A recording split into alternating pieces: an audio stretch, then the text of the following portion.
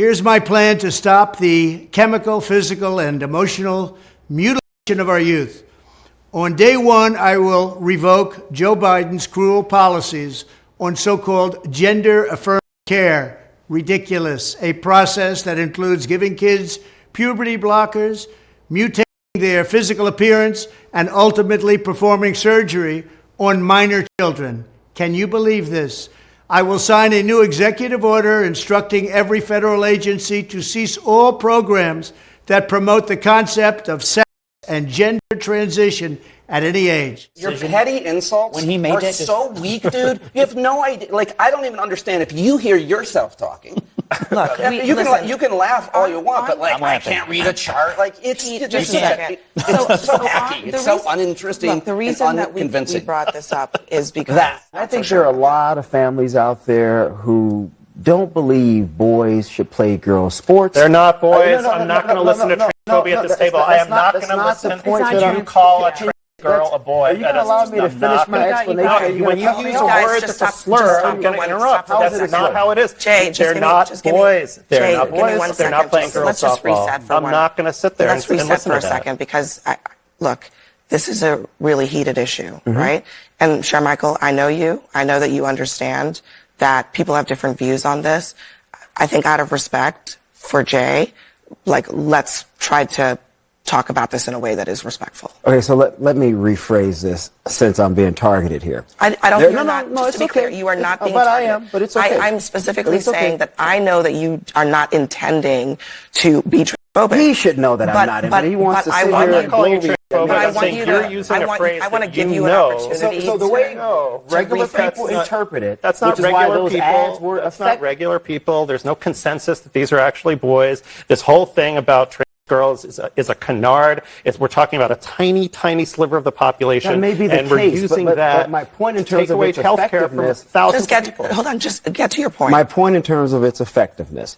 Regular people with children look at these things and they say, you know what, this is a bit too far. I do not agree with this. I don't like this. I think Democrats are going way too much to the left on social issues. They're uncomfortable with it. A lot of people believe that. A lot of families believe that. You may disagree with that reality, but that's why Republicans kept running those ads over and over and over again, because they saw the metrics suggested that they were working. In those ads over and over again and using rhetoric like you just used, saying this is boys playing girls sports. First of all, we're talking about 5 people in the entire country. You would prefer? We're talking about girls being allowed to play with the people who are in their gender. And if you don't believe, you don't have to listen to me. Listen to the American Medical Association, the American Psychological Association. The American Medical Association. This is not about the youth. Guys, right? this is about. I will then ask Congress to permanently stop federal taxpayer dollars from being used to promote or pay for these procedures and pass a law prohibiting child sexual mutilation in all 50 states. It'll go very quickly. I will declare that any hospital or healthcare provider that participates in the chemical or physical mutilation of minor youth will no longer meet federal health and safety standards for Medicaid and Medicare and will be terminated from the program immediately. Furthermore, I will support the creation of a private right of action for victims to sue doctors who have unforgivably performed these procedures on minor children. The Department of Justice will investigate Big Pharma and the big hospital networks to determine whether they have deliberately covered up horrific long-term side effects of sex transitions in order to get rich at the expense of vulnerable patients, in this case, very vulnerable. We will also investigate whether Big Pharma or others have illegally marketed hormones and puberty blockers which are in no way licensed or approved for this use. My Department of Education will inform states and school districts that if any teacher or school official suggests to a child that they could be trapped in the wrong body, they will be faced with severe consequences, including potential civil rights violations for sex discrimination and the elimination of federal funding. As part of our new credentialing body for teachers, we will promote positive education about the nuclear family, the roles of mothers and fathers, and celebrating rather than erasing the things that make men and women different and unique. I will ask Congress to pass a bill establishing that the only genders recognized by the United States government are male and female, and they are assigned at birth. The bill will also make clear that Title IX prohibits men from participating in women's sports, and we will protect the rights of parents from being forced to allow their minor child to assume a gender which is new and an identity without the parent's consent. The identity will not be new, and it will not be without parental consent. No serious country should be telling its children that they were born with the wrong gender, a concept that was never heard of in all of human history. Nobody's ever heard of this, what's happening today. It was all when the radical left invented it just a few years ago. Under my leadership, this madness will end. Thank you very much. If you look at the arc of the Biden presidency, he was in really good shape until August of 2021. When Afghanistan happened, he went under 40, she went under 40, and they really lived there until the end of the presidency. He's still there. Why? I'll tell you why. Because he ran and told us that the adults were back in charge, and that was the opposite. Yeah, they of were that. because Donald Trump was a child. And you know what else? Yeah. And you know what else? He's a the fact that they wouldn't give these 13 service members' families the time of day. Dude, the time of day. I'm sorry, but Donald Trump hates veterans. He called them suckers and losers.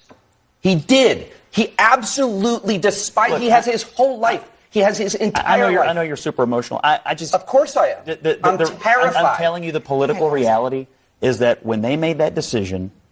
It doesn't matter. What you don't admit to is that Donald Trump hates veterans. You don't admit it. You deny a man, Chief John Kelly, a Marine. You say he lied. You're still campaigning. You say he lied. It's not over. It'll never be over. It'll never be over. You wish. The political reality is when they made that decision and everyone realized, oh my gosh, these aren't the competent adults that we were promised. Donald Trump does. And then when you pile on top of it the decisions that made inflation worse, it was a compounding interest of political crap over time that they could never get out of. And that's how she lost the race. There was a bipartisan consensus to get out of Afghanistan. That wasn't the point. It was the way it was done. Decision to get No, hold on. It was the implementation. It was the fact that they took out our soldiers first instead of last, which is you would think would be common sense. And again, it's like you said, we thought the adults were in the room. That's why people voted for Biden. A return to normalcy, a return to competence.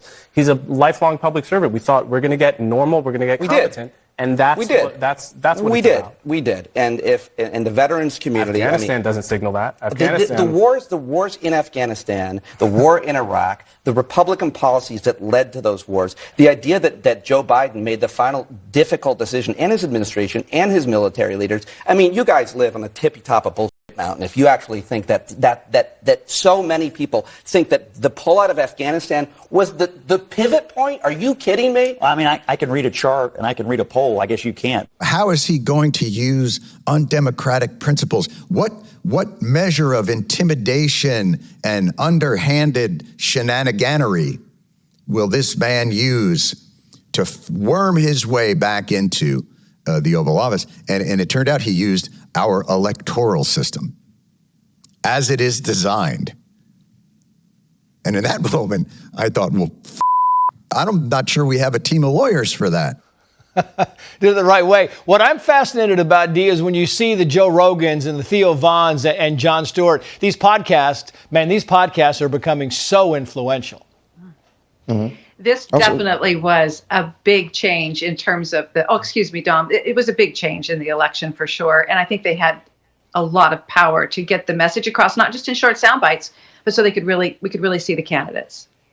Yeah, I mean, that's exactly right. And the whole thing, Dom, is that you see the platform and you see what's happening and people are listening for 3 hours. I mean, we think it's a TikTok generation where you need 30 seconds. People are sitting down and listening for 3 hours. Finally, Jen Psaki said this on traditional media on MSNBC Monday. Watch.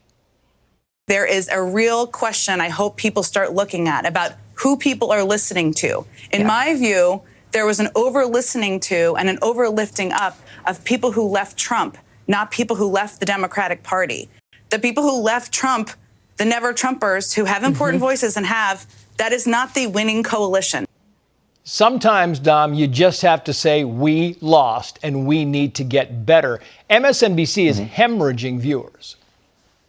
Yeah, they definitely are. And I'm like the fact that you mentioned about the podcast, but I'd also like to mention the streamers. You see, the liberal, the left, they've typically had a great control on media because celebrities in the past, I would say about up to 2016, they held a significant amount of weight in culture in America. But we see through these new generations after millennials and after Gen Z, specifically with Gen Z, is the rise of streamers. And we've seen President-elect Trump take a great advantage of the streaming community, which rejected Kamala Harris. A poll came out that over 94% of Kick, which is the third largest streaming service, 94% of their influencers all rejected Kamala Harris. That tells us that although she has a lot of influence in the past, she does not have the future, which we're pushing forward. Trump was the way forward. He utilized the streamers. He utilized the future.